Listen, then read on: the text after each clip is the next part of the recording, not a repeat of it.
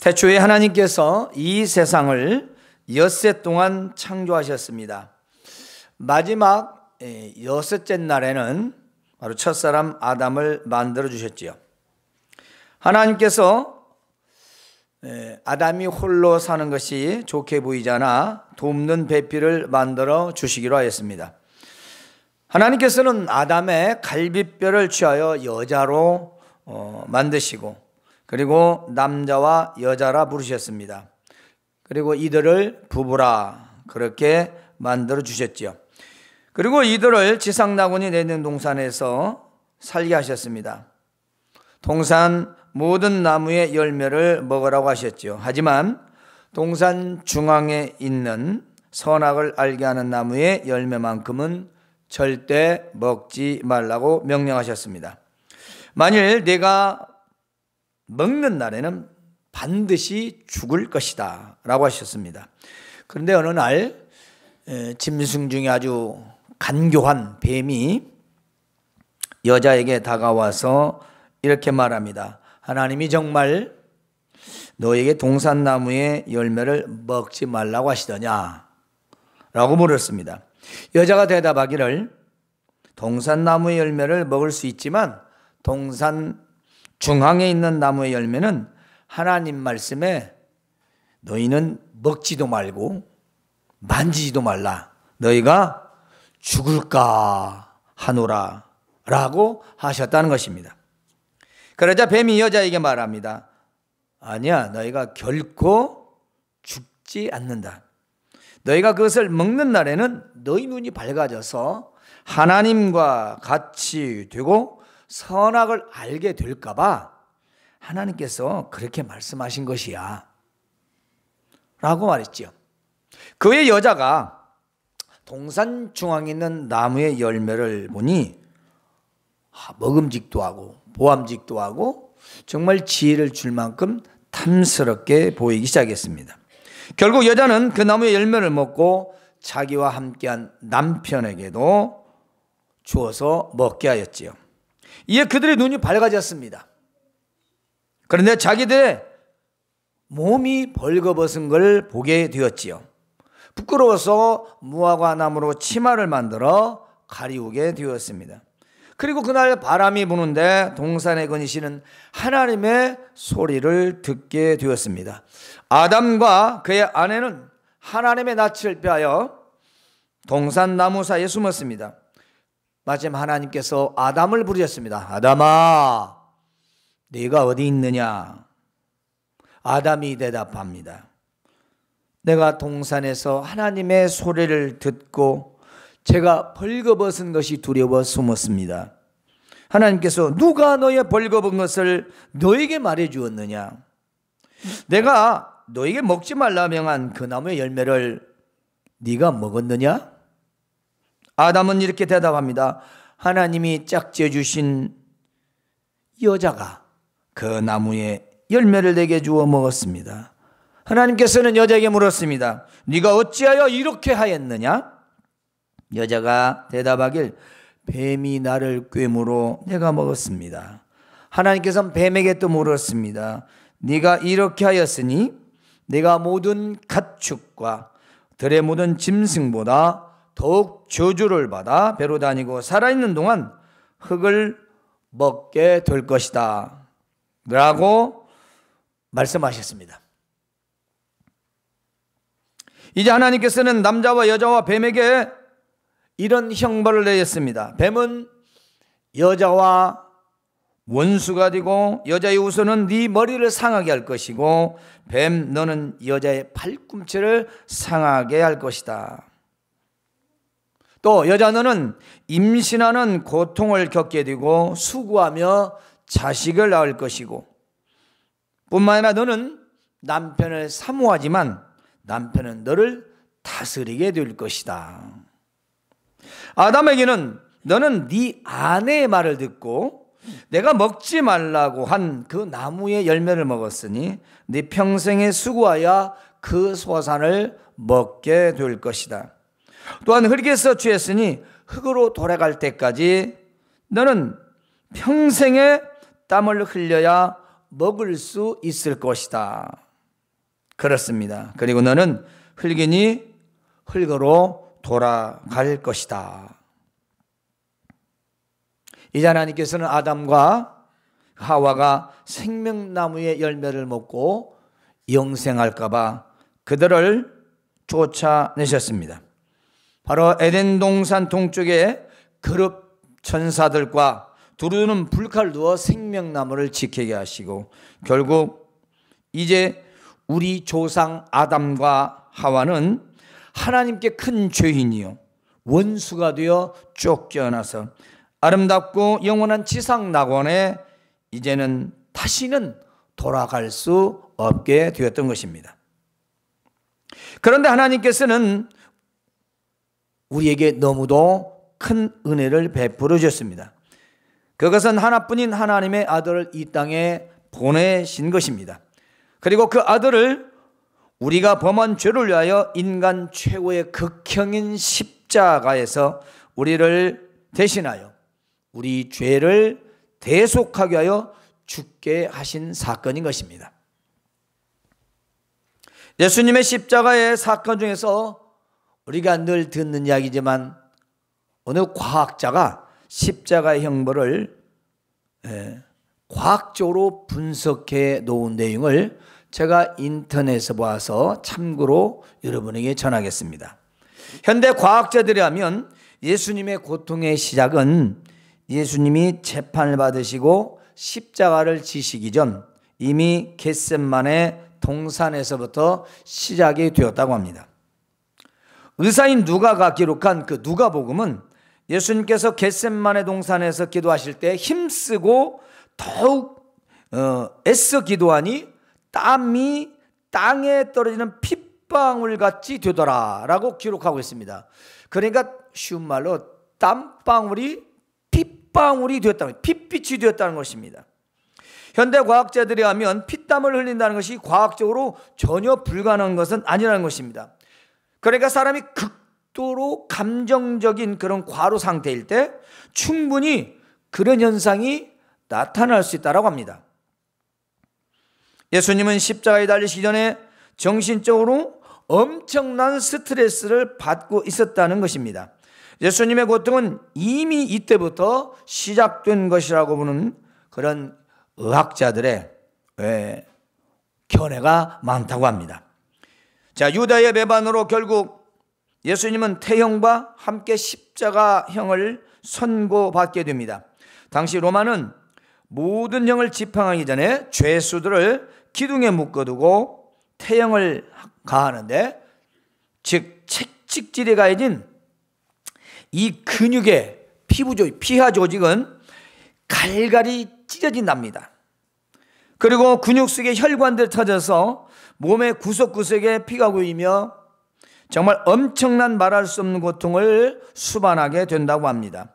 그때쯤 이미 예수님은 심한 피 흘림과 그리고 탈수로 인해서 그 고통을 감당할 수 없을 만큼 지쳐 있었을 것이다 라고 말합니다. 그리고 그의 로마 군인들은 옷을 벗기고 붉은 겉옷을 걸치고 손가락만한 그런 가시가 돋은 면류관을 머리에 씌운 채 예수님은 십자가에 매달았던 것입니다.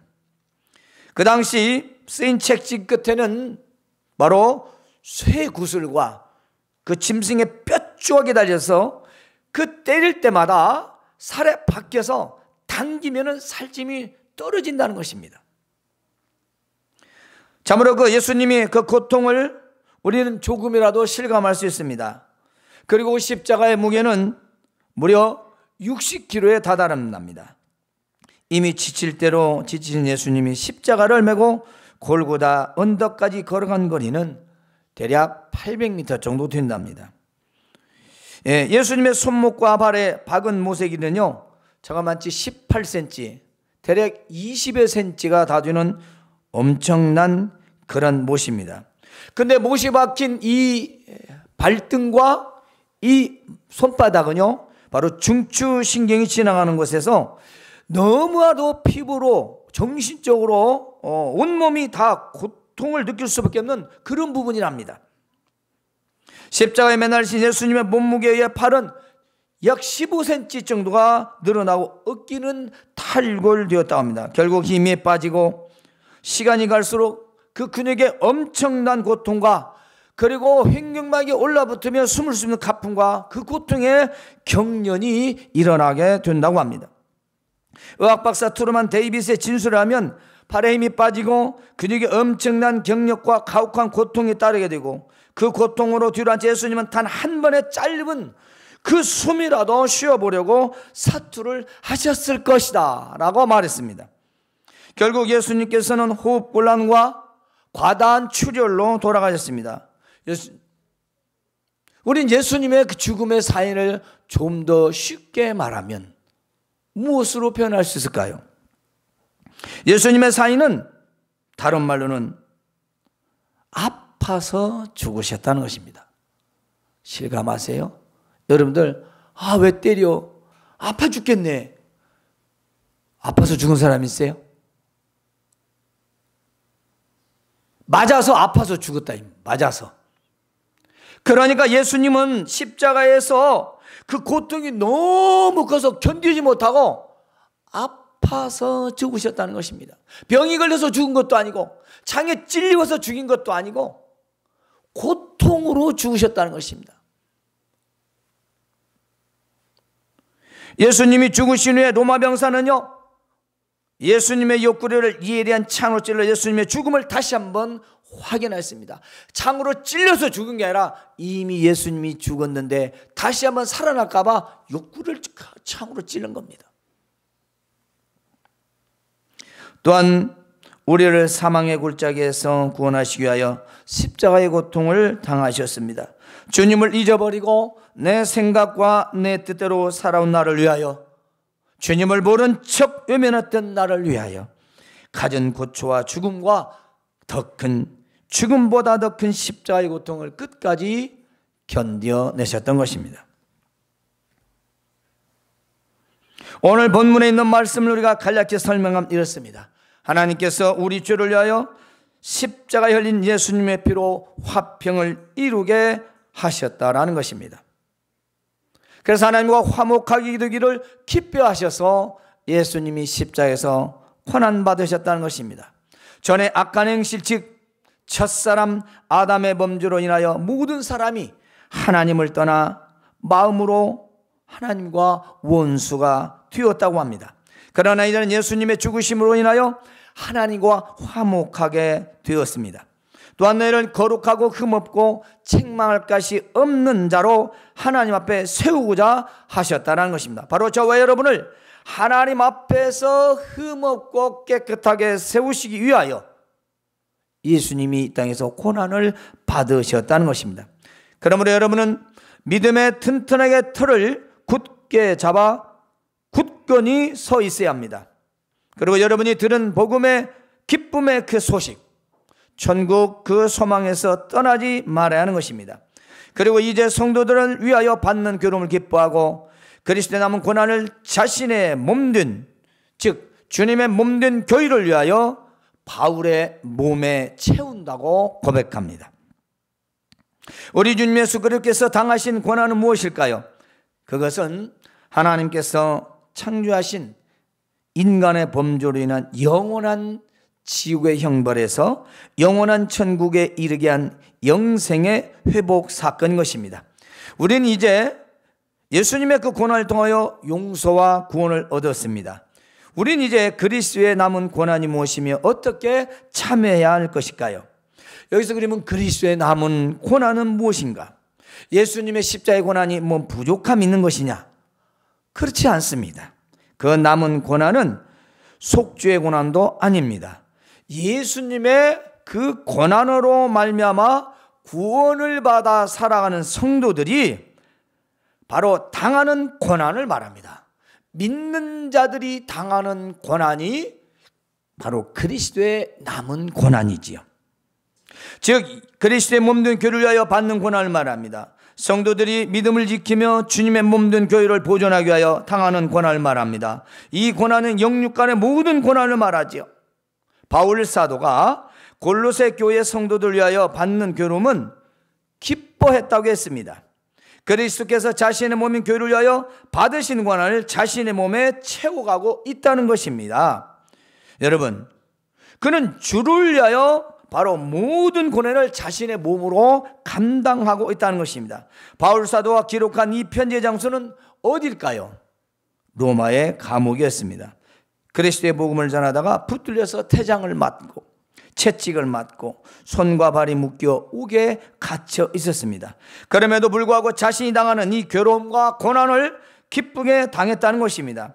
그리고 주님의 몸된 교회를 위하여 믿음의 괴로움과 고난을 자신의 육체로 기쁘게 당한다는 것입니다. 사랑하는 여러분, 여러분이 지금 당하는 고난은 무엇일까요? 여러분, 죄 때문에 당하는 걸까요? 우리가 고난 중간에 되면 무엇을 해야 될까요? 그렇습니다. 우리 주님이 당하신 고난을 우리가 당할 필요는 없죠. 이미 그분을 믿으면 우리는 다 속죄를 받았습니다.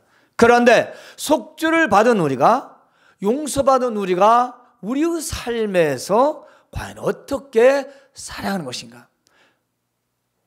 바로 거기에는 고난이 따르게 됩니다. 오늘날 우리가 주일날 예배만을 하기 위해서도 우리가 많은 걸 불이익을 당하고 우리는 고난을 감수하며 우리의 즐거움도 우리의 재미있는 것도 반납하지 않습니까? 우리가 그들 기쁘게 당한다면 우리에게 복이 되지만 우리가 그걸 괴롭게 생각한다면 한없이 그렇습니다. 오늘 삼천동 다니면서 전주천가에 벚꽃이 기가 막히게 피었어요. 어떻게 일주 사이에 그렇게 아름답게 피었습니까? 딱 예배고 뭐고 놀러 가면 참 좋겠어. 그러죠? 우리 주집사님이랑 강집사님이랑 다 봤잖아. 아주 기가 막힙니다. 많이 놀러 갔을 거예요. 다음 주도 고난주가 아니요? 내일부터는 꼭 고난주간에 벚꽃이 잘 피더라고. 근데 기왕이면 우리가 그 고난을 동참하는 마음가짐으로 사실 우리의 일을 행하자는 것입니다. 우리가 믿음을 지키게 당하는 고난이 십자가의 고통만 하겠습니까? 물론 고통은 각자 개인의 고통입니다. 그것이 얼마나 크다 작다 말할 수는 없습니다. 어떤 사람에게는 아주 큰 고통이 다른 사람 눈에는 조그맣게 볼 수도 있겠죠. 그러나 그 사람 눈에 작지만 그 사람의 생명을 내놓는 고통이 될 수도 있는 것입니다. 단 우리가 믿음 때문에 당하는 고통이라면 낙심하지 마시기 바랍니다. 베드로전서 4장 12절에서 14절 말씀 보면은 사랑하는 자들아 너희를 연단하려고는 불시험을 이상한 일 당하는 것 같이 이상히 여기지 말고 오히려 너희가 그리스도의 고난에 참여하는 것으로 즐거워하라. 이는 그의 영광을 나타낼 때 너희로 즐거워하고 기뻐하게 하려 합니다. 너희가 그리스도의 이름으로 치욕을 당하면 복 있는 자로다. 영광의 영 곧 하나님의 영이 너희 위에 계심이라. 아멘. 베드로 사도가 고난에 대해서 같이 말했습니다. 여러분, 베드로는 성도들이 당하는 고난에 대하여 이렇게 설명합니다. 연단 아래는 불같은 시험을 이상히 여기지 말라. 우리는 생활하다가 뭔가 좀 잘 안 되고 꼬이고 안 되면 이상해. 왜 그러지? 그렇게 하지 말래요. 이상한 거 아니래요. 당연하답니다. 신앙생활하고 믿음을 지키면 우리는 고난이 있는 건 너무 당연하다는 것입니다. 오히려 기뻐하라는 것입니다. 즐거워하라는 것이죠. 네? 그리스도의 고난에 참여하는 것, 우리가 믿음을 지키며 당하는 고난은 바로 십자가의 고난을 생각하면서 즐거워하라는 것입니다. 뿐만이 아니라 예수님의 이름으로 믿음 때문에 치욕을 당하면 복이 있는 사람이라는 것입니다. 고난에 참여하는 자는 하나님의 영이 함께 하신다는 것입니다. 여러분이 지금 믿음 때문에 고통을 당했다라면 하나님은 여러분과 함께 계신 줄 믿으시기를 바랍니다. 내가 믿음이 없으면 고난도 없습니다.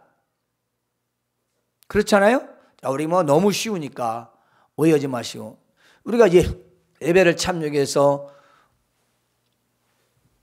어떤 일을 한다고 합시다. 그럼 그 일을 하면 되죠. 편하죠. 누가 할 것도 없이 시비 붙을 것도 없고 그냥 교회 안 오고 예배 안 하고 가면 얼마나 편합니까? 육체적으로. 근데 안 가면 그 뒷일이 너무나도 복잡해집니다. 맞습니다. 그렇습니다. 믿음을 지켜 겪는 고난입니다. 또 우리가 믿음을 지키기 위해서 해야 할 것과 하지 말아야 할 것이 있습니다.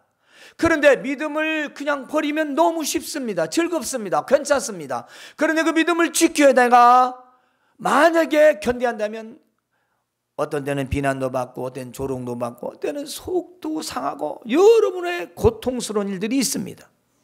왜 그럴까요? 믿음을 지키기 위해서 겪는 고통이지 않습니까? 내가 믿음을 버린다면 나도 편하고 즐겁고 쾌락을 누리며 살 수 있지 않습니까?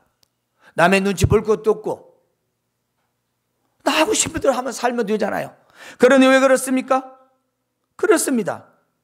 우리는 예수님이 나를 위해서 고난받으셨기 때문에 우리는 그 고난을 생각하면서 불같은 시험 그리고 그런 고난이 있을지라도 우리 오히려 그것을 몸으로 감당하고 내 피부에 채찍을 맞듯이 내 옆구리에 창을 찔리듯이 주님의 십자가를 생각하면서 그 고통을 생각하면서 기쁨으로 우리의 육체의 고난을 채우라는 것입니다.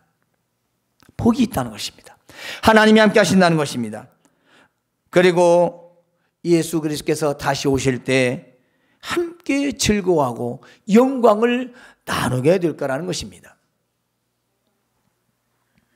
오늘 우리가 그리스도의 고난에 참여한다는 것은 이제 무엇을 말할까요? 먼저 믿음의 터를 잡고 굳게 서 있어야 합니다. 중요한 건 믿음의 터입니다. 근본이 믿음에 있어야 됩니다. 여러분이 믿음을 지키기 위해서는 믿음에 세워야지 상황과 현실의 터를 세우면 여러분은 그 상황과 그 현실이 여러분을 다시 끌어내리게 됩니다. 그러나 믿음의 터 위에 여러분이 굳게 잡고 서서 있으면 결국 하나님이 함께 하심으로 견딜 수 있고 이길 수 있다는 것입니다. 어떤 때에 그렇게 할까요? 시련과 시험과 핍박과 그리고 고난이 있을 때에 믿음의 터를 잡고 굳게 서 있으시길 바랍니다. 우리 주님의 십자가를 바라보면서 말입니다. 두 번째는 천국 소망에서 떠나지 말아야 합니다. 우리가 그리스도 고난에 참여한다는 것은 어떤 실망과 어떤 낙심과 어떤 절망 중에서라도 저 천국에 대한 소망을 결코 놓아서는 안 되는 것입니다. 저 여러분에게 여러 번 말씀드렸습니다. 우리가 외국 여행 좋은 데만 간다고 나를 잡아도 기분이 업돼서 웬만한 건 다 패스. 왜냐하면 놀러 가니까 기분이 좋잖아요. 웬만큼에서 기분 안 나쁩니다. 다 덮고 갑니다. 왜냐? 지금 며칠만 있으면 그 멋진 곳에 세계 여행을 가니까. 하물며 우리는 천국의 소망을 둔 사람들입니다. 세상 일찜이야. 죽으면 한 번 죽지 두 번 죽습니까? 살고 못 사는 거 그게 무슨 천국과 얼마나 그게 관계가 있습니까? 이 땅에서 뭐 영원히 삽니까? 얼마나 살겠습니까? 영원히 살겠습니까? 아닙니다. 우리 너무 잘 알고 있지 않습니까? 때문에 천국 소망을 가진 사람에게는 어떤 실망도 없습니다. 어떤 절망도 없습니다. 낙심도 없습니다. 왜냐? 그것을 뛰어넘을 수 있는 것이 바로 천국 소망이기 때문인 것입니다. 때문에 우리가 그리스도의 고난에 참다는 것은 저 천국 소망에서 결국 떠나지 말아야 한다는 것입니다. 세 번째로는 괴로움과 고난을 기뻐하며 육체로 겪는다는 것입니다. 우리 사람의 몸은 아주 조그마한 것에도 예민합니다. 아주 가시 아주 예민한 거. 심지어는 면도하고 털 쭉 옮기면 이게 찔린다고. 여성들은 이것도 꺼그럽다고 하더라고. 옛날에 사모님이 면도한 거 옆에 무더기예요. 쿡쿡 찔린다고. 그러잖아요. 우리는 이 털 난 걸로 찔려도 아프다고 하고 싫다고 합니다. 그런데 우리 당하는 육체의 고난, 질병으로도 오고 사건 사고로도 오고요, 여러 가지 세상에 좋지 않은 일들로 내 몸이 옵니다. 그런데 그것이 믿음 때문이라면 즐거우시기 바랍니다. 그것이 내 믿음을 지키기 위한 것이라면 하나님이 함께 하신다는 걸 잊지 마시기 바랍니다. 괴로움과 고난을 기뻐하며 육체로 견디라는 것입니다. 이건 괴롭고 힘든 육신의 고통 중에서도 마찬가지입니다. 우리는 몸이 지치고 힘들면 우리는 함께 지치고 마는 그런 연약함이 있습니다. 그렇지만 그럴 때 바로 그리스도의 고난을, 주님의 십자가를 생각하면서 그 고난도 여러분 몸으로 채우시기를 바랍니다. 우리가 바로 이것이 성숙한 신앙이고 예수님의 십자가 지심을 믿는 자들의 본분이며 마땅한 믿음인 것입니다. 이제 우리는 좀 성숙한 믿음이 되지 않겠습니까? 언제까지 예수님의 십자가, 예수님의 사랑, 예수님의 은혜, 예수님의 날마다 그것만 생각한 젖먹는 아이의 신앙, 큰 연약하고 어린아이의 신앙이에요. 이제 우리는 그런 기초적인 신앙을 벗은 자리에 있습니다. 물론 오늘 이 자리엔 처음 오시는 분도 있을 겁니다. 그러나 언제 믿었던 언제 시작 중요하지 않습니다. 그가 믿었다라면 동일한 말씀이 되는 것입니다. 따라서 오늘 그리스도의 남은 고난에 참여한다는 것은 믿음의 틀을 잡고 굳게 서 있는 것이며 저 천국 소망에 떠나지 않고 괴로움과 고난을 기뻐하며 육체로 겪는다는 것입니다. 오늘은 종려주일입니다. 예수님이 예루살렘에 입성할 때 호산나 다윗의 왕이여 주의 이름으로 오시는 이여 하던 이전 사람들이 이제 얼마 있으면 예수님을 죽이라고 십자가에 못 박으라고 합니다. 내일부터 예수님의 고난주간이 시작됩니다. 사랑하는 성도 여러분, 우리도 주님의 몸된 교회와 나의 믿음을 위하여 그리스도의 십자가의 고난을 생각하면서 기도합시다. 어떤 시험과 환난과 핍박 중에도 믿음에 굳게 서 있기를, 그리고 천국 소망에서 떠나지 말기를, 시련과 괴로움과 고난을 나의 육체로 기쁘게 감당할 수 있기를 기도하는 그런 한 주간 되시고 승리의 한 주간 되시길 주님의 이름으로 축원합니다. 하나님, 우리 아버지 감사합니다.